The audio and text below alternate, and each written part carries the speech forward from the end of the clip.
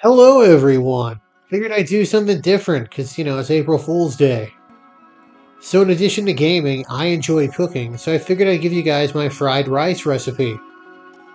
Now, just a disclaimer I'm not Asian, I'm a white dude, so this is not authentic fried rice. I make no claims to authenticity. This is not some family recipe, it's just something I threw together screwing around in the kitchen. If you want to see fried rice made by Asian content creators, I've dropped several links in the description. So first off, what you'll need, it depends entirely on what you want. And obviously rice, but everything else is up to you. The beauty part of fried rice is that it's an easy way to combine meat, starch, and veg all in one easy dish. If you like the texture of onions, add some diced onions. If not, just use onion powder. If you want to crush in some fresh garlic, do it.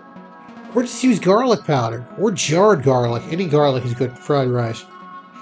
And pretty much any vegetable you want to use will fit the bill. Pretty much any meat will do. And you can put anything in there. I've had really good fried rice that had pineapple in it.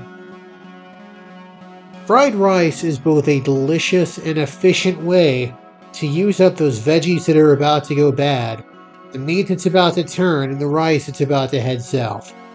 If you don't mind mixing starches, I even ate at one restaurant that put potato in their fried rice. And that was amazing. Anyway, from me to you, here is my fried rice recipe. I hope you enjoy. Alright, so to start off, I apologize for the blur. I'm cooking using beef tallow, because it's what I had on hand. Any oil will do.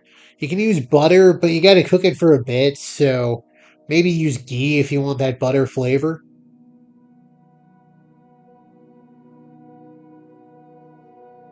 Anyway, what I'm doing here is I'm just breaking up the beef tallow. That's a very nice flavor. We actually got some beef fat at a butcher and rendered it down.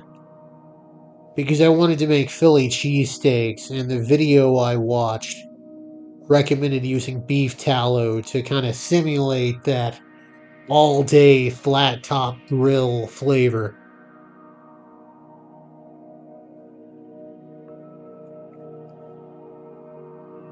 But yeah, just still going after the beef tallow. I normally use avocado oil, but I wanted to see how beef tallow would work.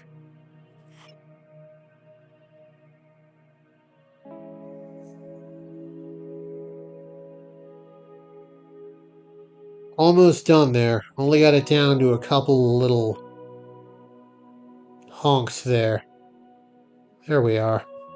That one's broken in half now, finally.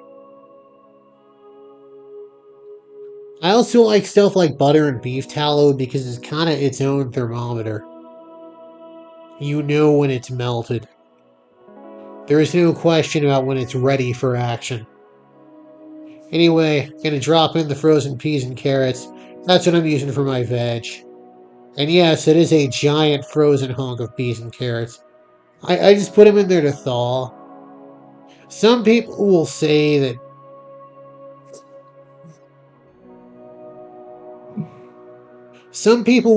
that frozen peas will kind of lose their color if you cook them too much, but a little bit of a trade secret, even though I'm not in the trade. I work with spreadsheets all day. Uh, After you're done eating, they're gonna look bad anyway. You add throwing in some pepper, pepper, pepper, and of course some salt. Might be a little too much salt, as we'll see later, but nothing we can't fix. But yeah, if you want your food to look good, save that for Chopped, man. Save that for Ted Allen. And I actually watched Chopped recently, and it seems like back in the day, the chefs kind of like knew how to handle criticism. But maybe I just watched like a bad episode or something. Anyway, yeah, That hunk of frozen peas was really giving me trouble there. Much like Orson Welles, I had difficulty with frozen peas. But there we are. Finally, everything's melted enough to use. Gonna dump in the rice. This is 4 ounces of rice. Already has some oil from the hibachi and whatnot. It's got it off a hibachi restaurant. So just gonna kind of break up the bigger clumps there.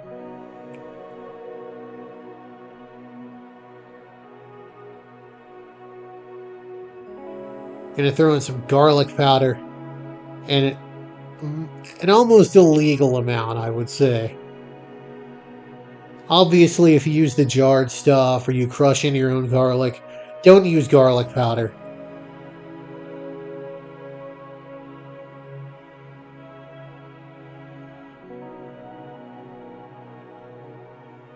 Yeah, just gonna break it up some more. Onion powder. Second verse, same as the first. Use onions, don't use onion powder. I didn't have any onions handy that I felt like chopping, so I don't mind using the powder because it's pretty delicious. Also, it's at this point I turn it down a little. Don't want it to burn.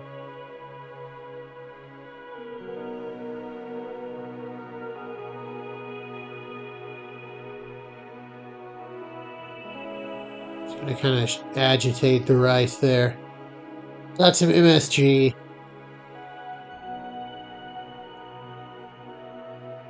No, MSG does not give you headaches in reasonable quantities.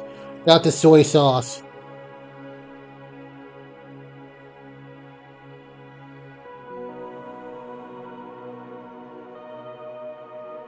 And got the sesame oil. Those both add nice flavor. Yeah, in order to get headaches from MSG, I would pretty much have to ingest that entire container of MSG. Which I'm not going to do. Yeah, it just makes stuff taste better. It's really good in anything savory.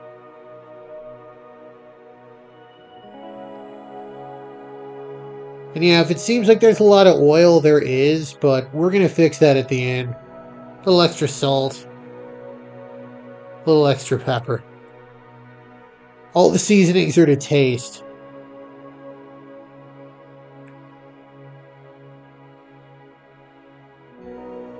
Obviously, some written recipes will say, oh, you need this amount of salt or this amount of pepper, but if you're cooking on your own, just go with your heart.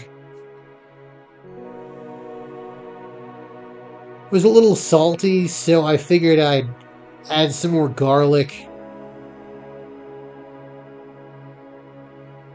some more onion powders. Finally, a little extra MSG. MSG does have sodium, but it's not really salty, so it's kind of a nice counterbalance to salt. We're going to stir that some more. Yes, I know I'm using the same spoon. I'm cooking this for myself, so who cares? Obviously, if you're cooking for someone else and you're tasting, use a different utensil every time you take a bite. It's just good courtesy.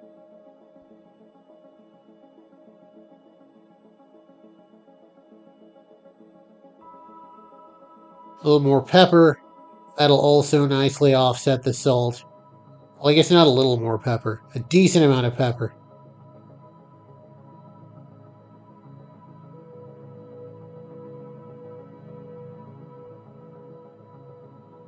And take another bite, and that's looking pretty dang good. As you can see from my head nod. So, just going to make a little divot for the final piece of the fried rice, the egg.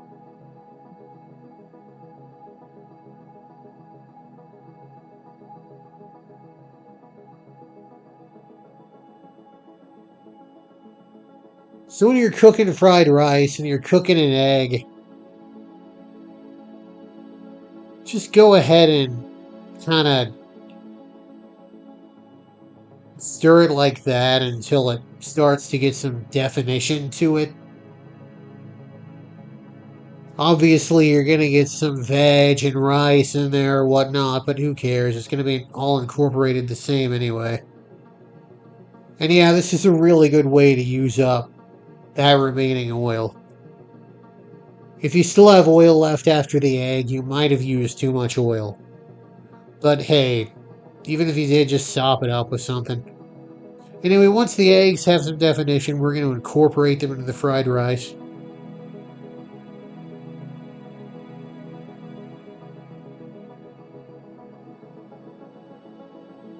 Just going to merge those together.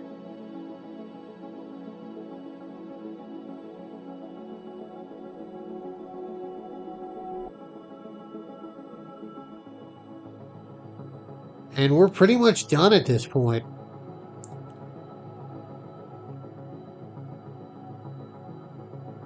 Almost, that is. Guess I just got to incorporate a little more.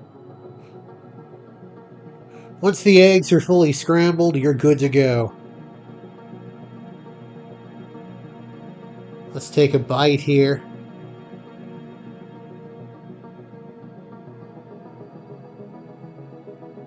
Oh, that is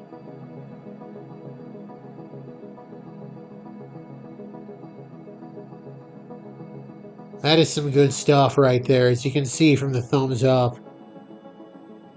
I actually made these as leftovers, going to be heating them up.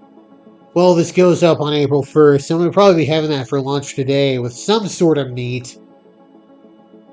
But obviously, if you're cooking at home and you want your fried rice and you need the protein, throw some meat in there. Any kind of meat will do. Leftover chicken, leftover steak, pretty much anything. So yeah, there it is, my fried rice recipe. Thank you very much. I'll have a regular upload tomorrow. Have a good one, everybody.